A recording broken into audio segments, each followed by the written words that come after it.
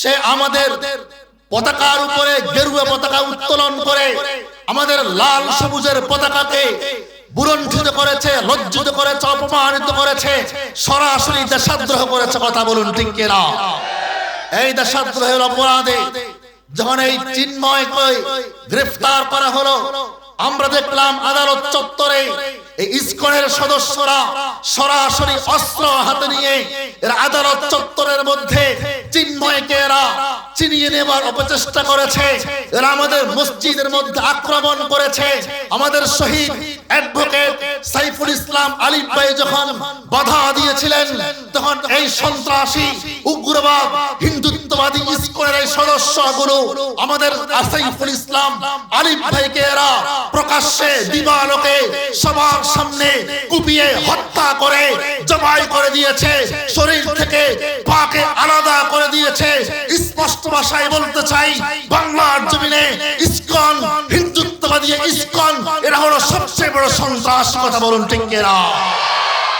এরা প্রতারণার আশ্রয় নিয়ে বিভিন্ন কলা কৌশলে আমাদের মুসলিম বোনদেরকে প্রেমের ফাঁদে ফেলে এরা আমাদের বোনদেরকে কখনো ধর্ষণ করে শ্বাসরোধে হত্যা করেছে।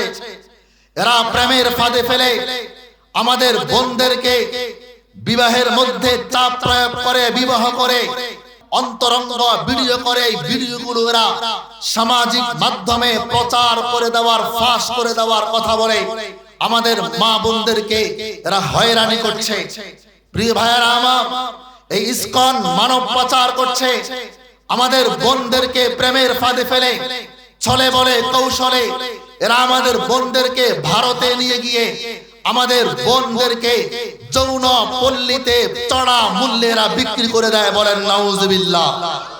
শুধু তাই নয়, এই ইসকন আমাদের দেশের মধ্যে মুসলিম সেজে ধর্ম পরিচয় তারা গোপন করে মুসলিম সেজে আমাদের বোনদেরকে এরা বিবাহ করছে। রাজশাহীতে এক হিন্দু চিকিৎসক অর্জুন চন্দ্র রাজশাহীতে আমাদের এক বোনকে বিবাহ করেছে। 7 বছর পর এটা প্রমাণিত হয়েছে। প্রিয় ভাইয়েরা আমার, শুধু তাই নয়, এই ইসকন হিন্দুত্ববাদী সংগঠন বিভিন্ন সময় নিজেরাই নিজেদের ঘর বাড়িতে, নিজেদের মন্দিরে আক্রমণ করে আগুন জ্বালিয়ে দিয়ে আমাদের দেশের মধ্যে সাম্প্রদায়িক দাঙ্গা লাগানোর জন্য পায়তারা করেছে। কথা বলুন ঠিক কিনা? শুধু তাই নয়, এই ইসকন সিলেটের মধ্যে একজন ইমামকে এরা কুপিয়ে হত্যা করেছে। শুধু তাই নয়, এরা দুবিবাগের মধ্যে রমজান মাসে তারাবির নামাজ চলাকালীন অবস্থায় এই হিন্দুত্ববাদী ইসকন সংগঠন তারাবির নামাজ মুসল্লিদের উপরে আক্রমণ করে নামাজ বন্ধ করে দিয়েছে। তাই আমরা বলতে চাই, এই দেশ সাম্প্রদায়িক সম্প্রীতির দেশ। এই দেশের মধ্যে হিন্দু থাকবে, বৌদ্ধ থাকবে, খ্রিস্টান থাকবে, মুসলমান থাকবে। আমরা দেখেছি ছাত্র জনতার গণ অভ্যুত্থানের পর যখন আমাদের দেশের মধ্যে কোনো রাষ্ট্রপ্রধান ছিল না, ওই সময় আমরা দাড়ি টুপিওয়ালারা, আমাদের দেশের মাদ্রাসার ছাত্ররা, তৌহিদি জনতা হাতে হাত রেখে, কাঁধে কাঁধ রেখে আমরা মন্দিরগুলো পাহারা দিয়েছি। কথা বলুন ঠিক কিনা? আমরা হিন্দুদের ঘর বাড়ি পাহারা দিয়ে, মন্দিরগুলো পাহারা দিয়ে আমরা দৃষ্টান্ত স্থাপন করেছি। বাংলার জমিন সাম্প্রদায়িক সম্প্রীতির দেশ, কিন্তু সাবধান করে দিচ্ছি, ইসকন সন্ত্রাসী সংগঠন যারা আমাদের ভাইদেরকে হত্যা করছে, আমাদের বোনদেরকে ধর্ষণ করছে, সরকারকে বলতে চাই অনতি বিলম্বে বাংলার জমিনে ইসকনকে নিষিদ্ধ ঘোষণা করতে হবে। কথা বলুন ঠিক কিনা? আমরা বলছি আমাদের এই দেশে হিন্দু আছে, থাকবে, বাধা নাই। কথা বলুন ঠিক কিনা? খ্রিস্টান থাকবে, বৌদ্ধ থাকবে। আমরা অতীতেও সাম্প্রদায়িক সম্প্রীতির পরিচয় দিয়েছি। কথা বলুন ঠিক কিনা? কিন্তু কেউ আমাদের ধর্মের উপর আঘাত করবে, আমাদের বোনদেরকে ধর্ষণ করবে, আমাদের বোনদেরকে পাচার করে ভারতে নিয়ে যাবে, আর আমাদের আদালত চত্বরকে কলঙ্কিত করে আমাদের মুসলিম ভাই আলিফ ভাইকে যারা শহীদ করেছে, এদের ঠাঁই বাংলার জমিন হতে পারে না, কথা বলুন ঠিক কিনা? এই ইসকনকে বাংলার জমিন থেকে পালাতে বাধ্য করতে হবে, কথা বলুন ঠিক কিনা? আমরা কোনো হিন্দুদের বিপক্ষে নই, আমাদের দেশে হিন্দু ভাইরা থাকবে, আমরা হাতে হাত রেখে কাঁধে কাঁধ মিলিয়ে সাম্প্রদায়িক এই সম্প্রীতির দেশে আমরা একসাথে বসবাস করব। যুগ যুগ ধরে আমরা যেভাবে বসবাস করে আসছি এভাবেই আমরা বসবাস করব। কিন্তু কেউ আমাদের ধর্মের উপর আঘাত করবে, আমাদের মসজিদের মধ্যে আঘাত করবে, আমাদের নামাজের মধ্যে বিঘ্নতা সৃষ্টি করবে, সাম্প্রদায়িক দাঙ্গা সৃষ্টি করবে, এমন হিন্দুত্ববাদ, এমন সন্ত্রাসীদেরকে আমরা বিন্দু পরিমাণও ছাড় দিব না, কথা বলুন ঠিক কিনা? সম্মানিত হাজিরিন, আমরা একসাথে চলছি এবং চলবো। হিন্দুরা আমাদের সাথে মিলেমিশে চলতে চায়, কথা বলুন ঠিক কিনা?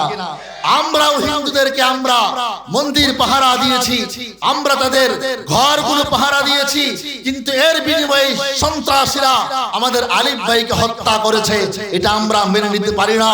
এই জন্য গ্রামগঞ্জ থেকে, মসজিদের মিম্বার থেকে, প্রতিটি স্কুল থেকে, বিদ্যালয় থেকে, মাদ্রাসা থেকে, প্রতিটি ঘর থেকে, প্রতিটি দোকান থেকে, বাজার থেকে, গ্রামগঞ্জ, মহল্লা, পাড়ায় পাড়ায় আওয়াজ তুলতে হবে, ইসকনকে বাংলার জমিন থেকে অচিরেই নিষিদ্ধ ঘোষণা করতে হবে। আমরা যদি জানি, দেখবেন এই ইসকন, এদেরকে বিভিন্ন রাষ্ট্রে নিষিদ্ধ ঘোষণা করা হয়েছে,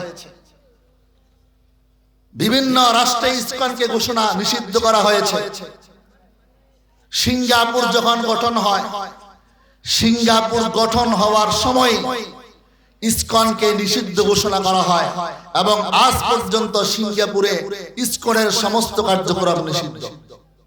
এমনি ভাবে চীন, মালয়েশিয়া, সৌদি আরব, আফগানিস্তান, ইন্দোনেশিয়ার মধ্যে ইসকনের সমস্ত কার্যক্রম নিষিদ্ধ করা হয়েছে এবং তাজিকিস্তান, তারপরে কিরগিজস্তান, এসব দেশের মধ্যে, তুর্কমেনিস্তান সহ বিভিন্ন দেশের মধ্যে ইসকনের সমস্ত কার্যক্রমের উপরে কঠিন থেকে কঠিন নজরদারি রাখা হয়েছে।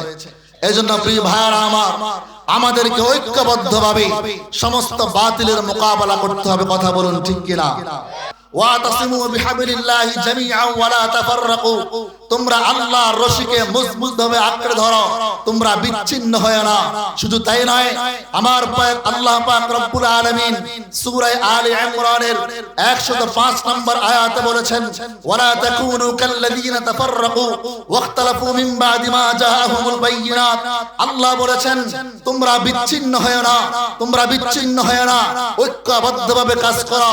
মহান আল্লাহ সূরা আনফালের 46 নম্বর আয়াতে বলেছেন, ওয়াতিউল্লাহ ওয়া রাসূলাহু ওয়া লা তানাযাউ ফাতাফশালু ওয়া তাযহাবা রিহুকুম ওয়াসবিরু।